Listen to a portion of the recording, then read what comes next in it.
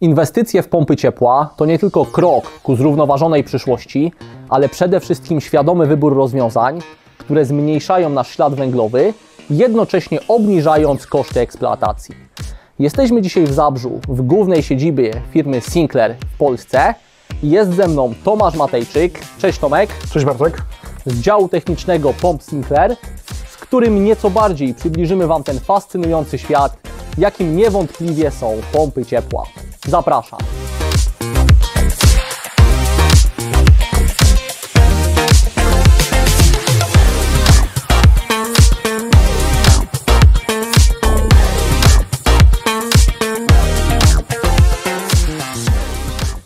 Tomek, na początku chciałbym, żebyś powiedział, dlaczego tu się znalazłeś, co się takiego stało, że zajmujesz się właśnie pompami ciepła w siedzibie Sinclair oraz coś więcej o marce, a następnie przejdziemy do meritum naszego spotkania, czyli do pomp ciepła. Jestem absolwentem Wydziału Inżynierii Środowiska i Energetyki na Politechnice Śląskiej. Zawodowo pompami ciepła zajmuję się już przeszło 12 lat. Jak wiesz, dalej sprawia mi to wiele frajdy, satysfakcji z tej pracy czerpię ogromnej ilości. Jeżeli chodzi o markę Sinclair, to główna siedziba Sinclair Corporation mieści się w czeskim Brnie, gdzie znajdują się również centralne magazyny. W chwili obecnej marka Sinclair dostępna jest w 46 krajach na całym świecie.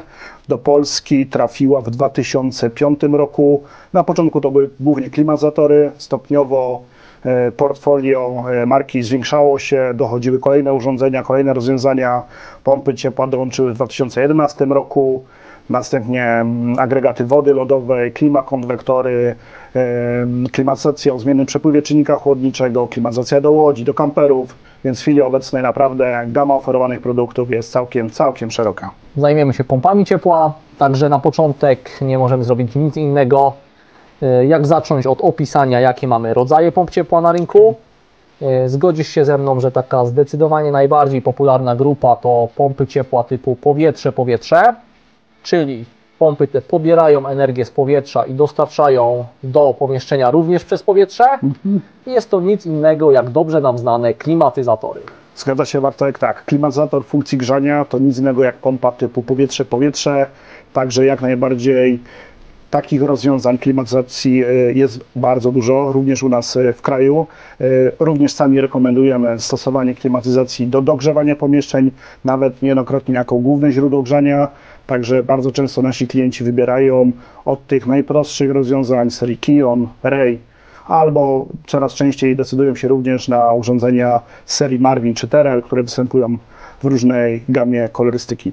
Różne moce, różne kolory. Jeśli ktoś nie chce zwykłego klasyka białego, to widzimy, że tutaj jest duże zróżnicowanie kolorowe i może sobie ktoś do salonu czy też do sypialni dopasować dokładnie to, co mu się podoba. Kolejna grupa to pompy typu powietrze-woda. Jest to grupa, na której najbardziej się skupimy, dlatego zostawmy ją na koniec.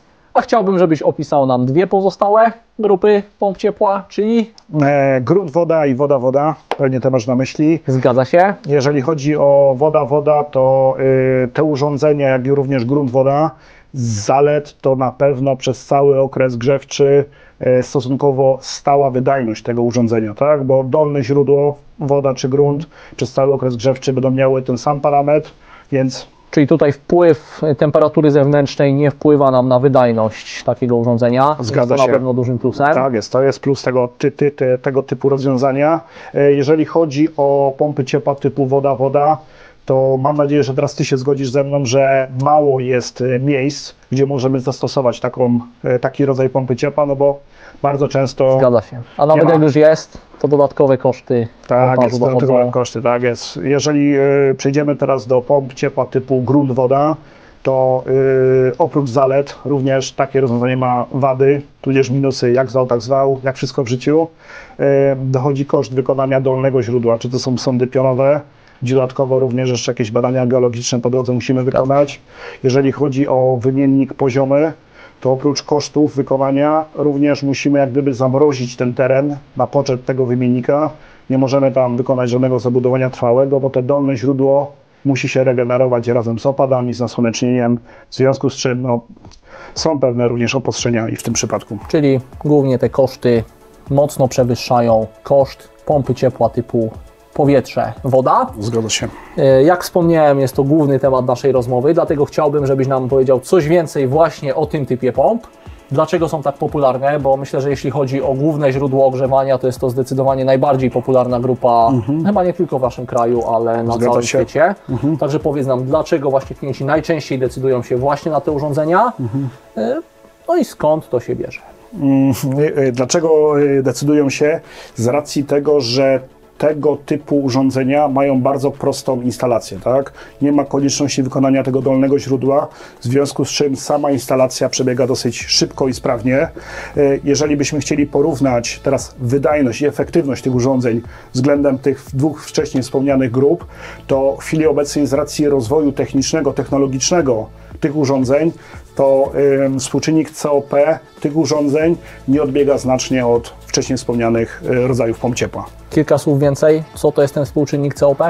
Współczynnik COP dotyczy urządzenia pracującego w trybie grzania i mówi nam o, jest to wprost mówiąc współczynnik efektywności energetycznej. Tak? Jest to stosunek tego, co uzyskaliśmy z urządzenia, mam tutaj na myśli kilowaty w grzaniu, w stosunku do tego, ile do urządzenia dostarczyliśmy energii elektrycznej. Sprawa jasna, im wyższe COP, tym lepiej dla użytkownika, mniej zapłacimy za grzanie. Czyli prosty przykład, jeśli widzimy COP w ilości 5, załóżmy, to znaczy, że z 1 kW dostarczonej energii uzyskaliśmy 5 kW. Bardzo dobrze, tej właśnie, energii. tak się to Chyba właśnie jest to przelicza. bardzo dobry współczynnik, Tak można jest, powiedzieć. tak jest.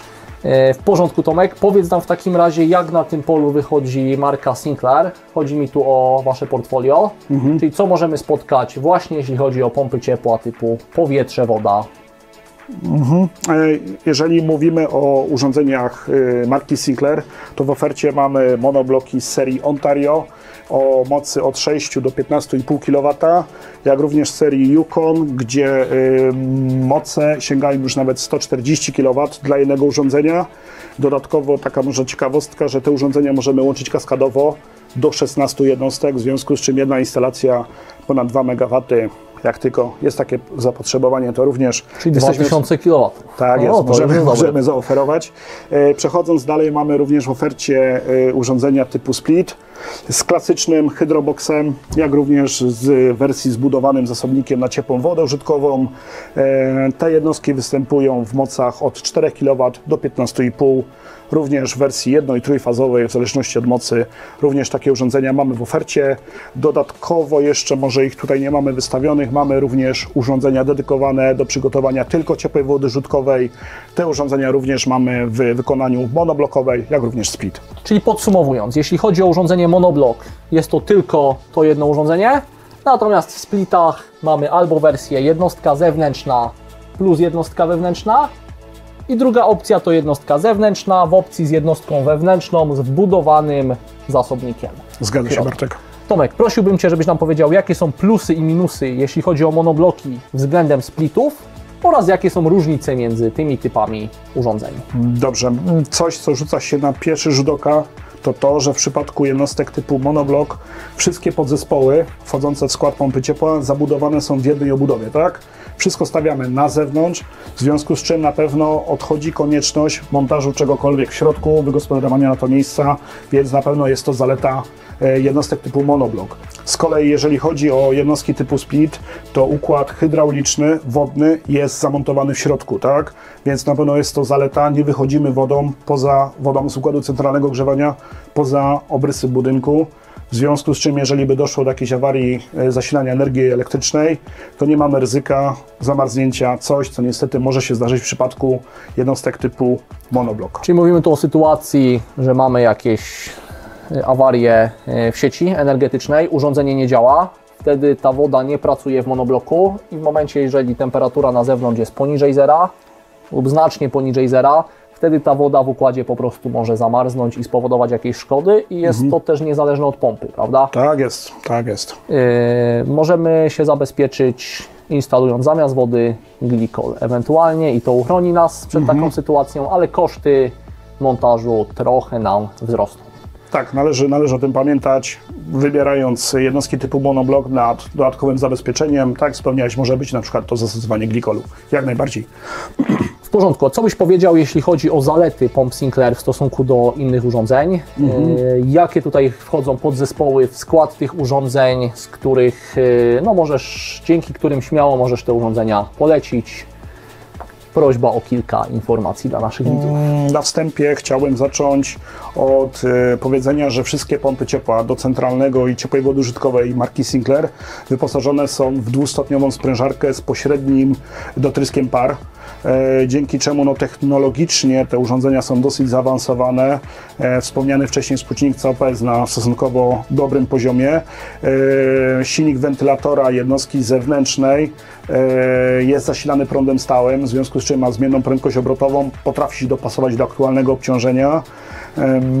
Dodatkowo, co możemy powiedzieć, wbudowany sterownik w języku polskim, dotykowy, również z modułem Wi-Fi, dzięki czemu mamy możliwość obsługi urządzenia za pośrednictwem urządzeń mobilnych. Jest to w wyposażeniu standardowym. Czyli w dowolnym miejscu, nie tylko w Polsce, ale na świecie, możemy sobie sterować naszą pompą i ustawiać zadaną temperaturę. Jest to niewątpliwie duże udogodnienie, jak najbardziej. Z podstawowych podzespołów odpowietrznik usytuowany w górnej części obudowy. Przechodząc dalej, wymiennik wodny, skraplacz, naczynie przeponowe, grzałki elektryczne dwustopniowe, pełniące funkcję szczytowego źródła ciepła, jak również mogą pełnić funkcję alternatywnego źródła jakiegoś awaryjnego. Pompa wody elektroniczna marki Wilo, czujnik przepływu, zawór bezpieczeństwa, jak również, o czym warto wspomnieć, zawór trójdrogowy z siłownikiem do rozdziału wody między CO a CWU, wbudowany w obudowę, także... Myślę, że to jest ważna informacja, bo ten zawór jest niezbędny i tu chyba nie każdy producent może się pochwalić, że taki zawór jest już wbudowany w trakcie produkcji tych pomp. W momencie, jeżeli tego zaworu nie ma, kosztuje on ładnych kilkaset złotych, plus oczywiście dochodzi dodatkowy montaż. Zgadza się. Dlatego warto już mieć urządzenie, które ma wbudowane. Tak, ułatwia całą instalację. Ułatwia zdecydowanie i też myślę, że obniża koszty, bo nikt Zgadza się. za darmo nam tego nie zamontuje. Niestety. Istnieje takie przeświadczenie w Polsce, że wielu klientów myśli, że jeśli nie mają ogrzewania podłogowego, to nie mogą wykorzystać pompy ciepła jako źródła ogrzewania i w ogóle się nad tym nie zastanawiają. Czyli w momencie, jeśli mają jeszcze grzejniki, to w ogóle nie biorą pod uwagę pomp ciepła. Wydaje im się, że tylko i wyłącznie ogrzewanie podłogowe może nam zapewnić po prostu ogrzewanie budynków przez pompy ciepła. Jakie tu jest Twoje zdanie w tym temacie? Każda pompa ciepła najlepiej współpracuje z niskotemperaturowym ogrzewaniem, tak jak powiedziałeś, z podłogówką na przykład. Natomiast plusy są takie, że ta temperatura wtedy może być ustawiona dużo niższa. W związku z czym wspomniany wcześniej współczynnik COP może być wyższy, tak? Ciepło unosi nam się do góry, nie musimy dużej temperatury dostarczać do grzejników, które są punktowo gdzieś zamontowane z reguły pod oknem. Tak jest, natomiast jako ciekawostka i w odpowiedzi na to, o co pytasz, muszę powiedzieć, że w okolicach 40, może nawet 45% instalacji z pompą ciepła marki Sinclair właśnie jest z grzejnikami. W związku z czym prawie połowa urządzeń. Tak jest. I to już kilka sezonów tak pracuje wiele takich instalacji w Polsce, także jak najbardziej również takie rozwiązania się sprawdzają. Myślę, że jest to bardzo ciekawa informacja i tutaj do widzów śmiało mogę przekazać, że macie dobry dowód na to, że jeżeli nie posiadacie ogrzewania podłogowego, posiadanie pompy ciepła nie jest żadną przeszkodą, dlatego że może ona Wam również służyć jako ogrzewanie budynku do grzejników. To jest bardzo ciekawa informacja. Chciałbym, żebyś nam coś więcej jeszcze powiedział o współczynniku COP, a mianowicie jaki ten współczynnik jest właśnie dla pomp ciepła Sinclair. Średnia wartość tego współczynnika dla pomp Sinclaira to jest na poziomie około 5 dla warunków nominalnych.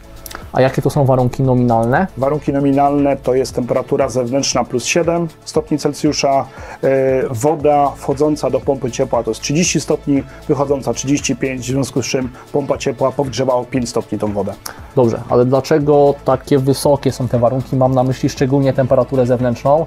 Wiadomo, że przy plus 7 już możemy grzać, ale najbardziej nas interesuje, co się dzieje i jaki jest ten współczynnik, jeśli mamy minus 5, minus 10, czy nawet mniej.